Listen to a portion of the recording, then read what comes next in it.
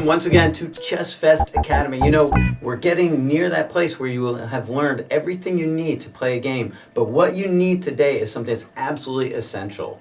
It's called castling. So we're just going to cover this one thing today, castling, because it has a couple of tricky rules with it. So let's set up our boards for the start of a game. I'm sitting near the first and second ranks again, so I'll be placing white here close to me. Start with the royalty, king and queen in the center. Queen takes her own color, so white queen on a white square. Then come your bishops, followed by your knights, and your rooks in the corner. Pawns will take the second rank for white.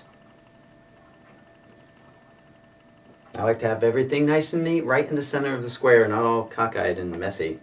Black on the 8th rank, let's place our royalty. Queen takes her own color, so dark queen on a dark square, followed by bishops, flanked by knights, rooks in the corner, and splay out your pawns there on the 7th rank. Great, we're ready to begin. All right, we're going to play just through 9 moves. I purposely made the moves really good in some cases and really bad in other cases, so you can get an idea of chess strategy, even though really we're just looking at castling today. We're going to open with a very well-known and basic opening called the Ruy Lopez, which we'll go into more detail in another one, but so you know, here's a sneak preview of it. It opens with white moving e4. Now, I didn't say which piece, so it's a pawn. And it's going to be the e-file pawn, because he's the only one who can get to e4.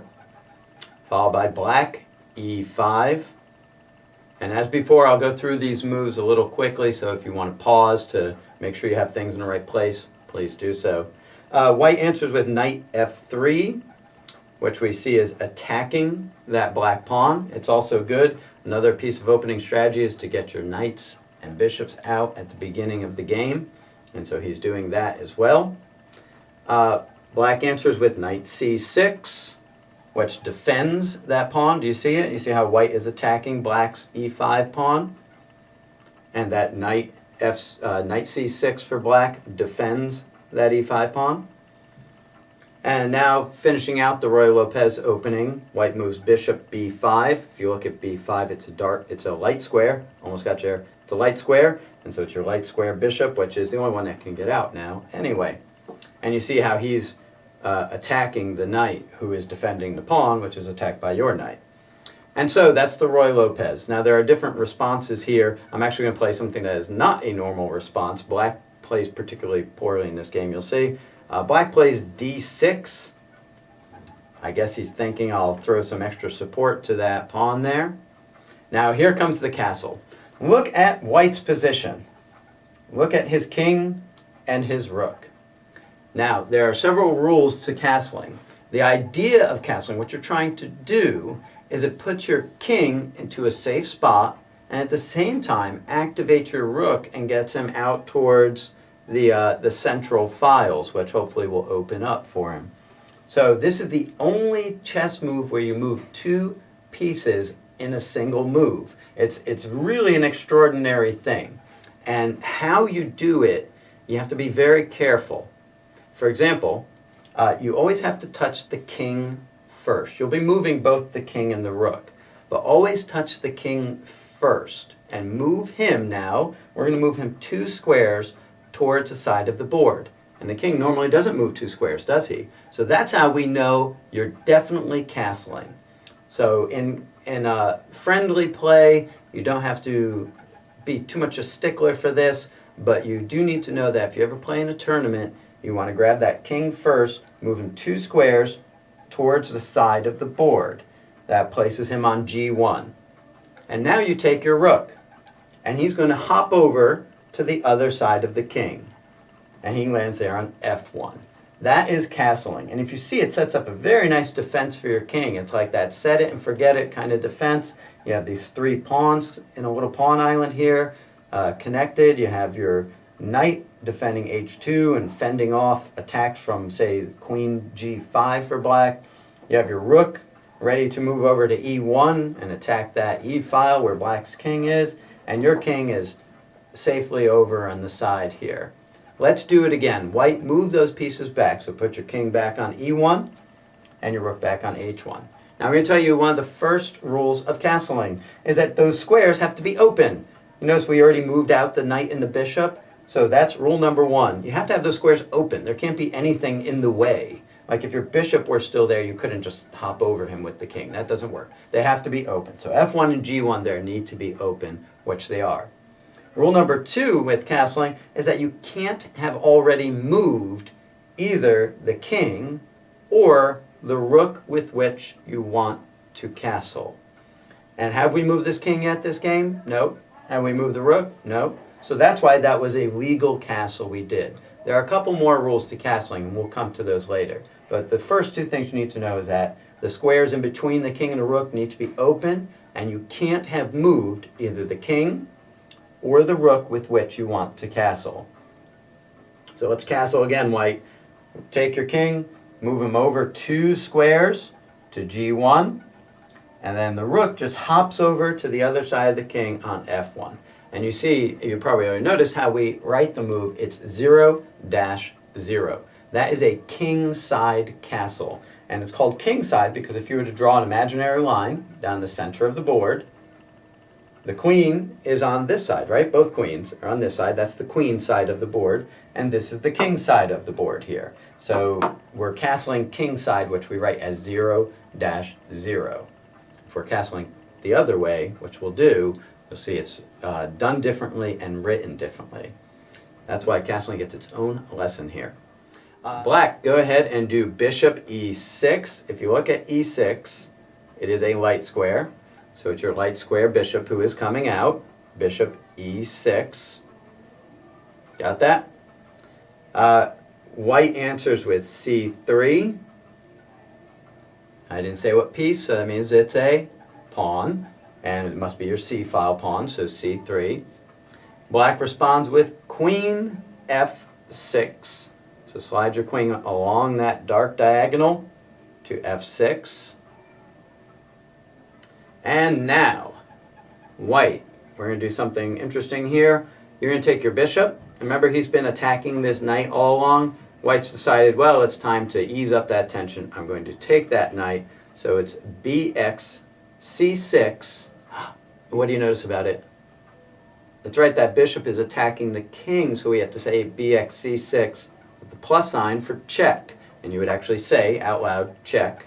So bx c6, check. Now, let's say black wants to castle to the queen side. If you look at it, b8, c8, and d8 are open. He hasn't moved the king or the rook with which he wants to castle yet. But guess what? Black, you cannot castle. So sorry. Too bad, so sad. Because you are in check. The idea is that you castle early in the game to put your king in a safe place before all this attacking starts. And if you mess that up and you're in check, you can't just castle your way to safety. So you cannot castle right now, black. If black wants to castle, and if he were to try to, it would be one of those, can't do that. It's an illegal move. You cannot castle out of check. And sometimes you will lose a game where if you could have castled out of check, you would have gotten away with it. But it ends up being a mate because you can't castle out of check. So black would like to castle now to his queen side. And he meets rule number 1 and rule number 2. No pieces in between. Hasn't moved the king or the rook yet, right? But rule number 3 here says you are in check. You cannot castle out of check. Now remember, with check, there were 3 ways to get out of check. You can move the king, you can block, or he can capture the attacking piece. In this case, for our illustrative purposes of our little game here, he's going to capture. So take your b pawn there. Black, your b pawn, so bx c6, your b pawn captures the bishop on c6. White answers with queen a4, so moving the queen along that diagonal, the light square diagonal out to the side of the board on a4. Black, let's do bishop e7. So which bishop is that? It's a dark square, e7, right? So it's your dark square bishop. Dark square bishop moves to e7. And now white moves in for queen a6. Slide her down the a file to a6. Now, black would like to castle queenside again. He meets rule number 1, right? Nothing in between. He meets rule number 2, hasn't moved that rook, hasn't moved the king. He even meets rule number 3, he's not in check, right? But there's another problem. There's another rule with castling. The king cannot move through or land on an attacked square. And if you look at it, if the king were to move 2 squares towards the edge of the board, 1, 2, he'd be on c8. He'd be putting himself in check. So this is kind of doubly an illegal move. He can't castle even through an attack square, and he certainly can't land his king where he's in check. You cannot put yourself in check. I don't see why you'd want to either, but it's illegal. So if d8 also were attacked, you see d8 there? Notice he passes through that square. If d8 were under attack by white, he still couldn't castle. So you can't castle through or have your king land on an attack square. Your king passes through an attack square or lands on an attack square, you may not castle. Does that remind you of something else? It's kind of similar to the idea behind en passant, right? That a pawn passing through an attack square is liable to capture. And here too, a king, if you were to pass through an attacked d8, if he's passing through that square, if it were under attack, he can't do that. You can't pass your king through an attack square. So black still cannot castle queenside here. So black is going to do something just totally crazy so that we can show you what we're doing here. He moves his bishop to c4. You see c4 is a light square, so it's the light square bishop. And that allows white to do qx c4. So go ahead, your queen is going to take that bishop, which is unprotected yet attacking you. So qx c4, you take the bishop. Black's not playing too well or having a good day here. Now, black, you can castle queenside. Let's look at it. Haven't moved the king or the rook. Nothing in between, so he meets rules number 1 and 2. You're not in check, right? And the squares that the king passes through or lands on are not under attack.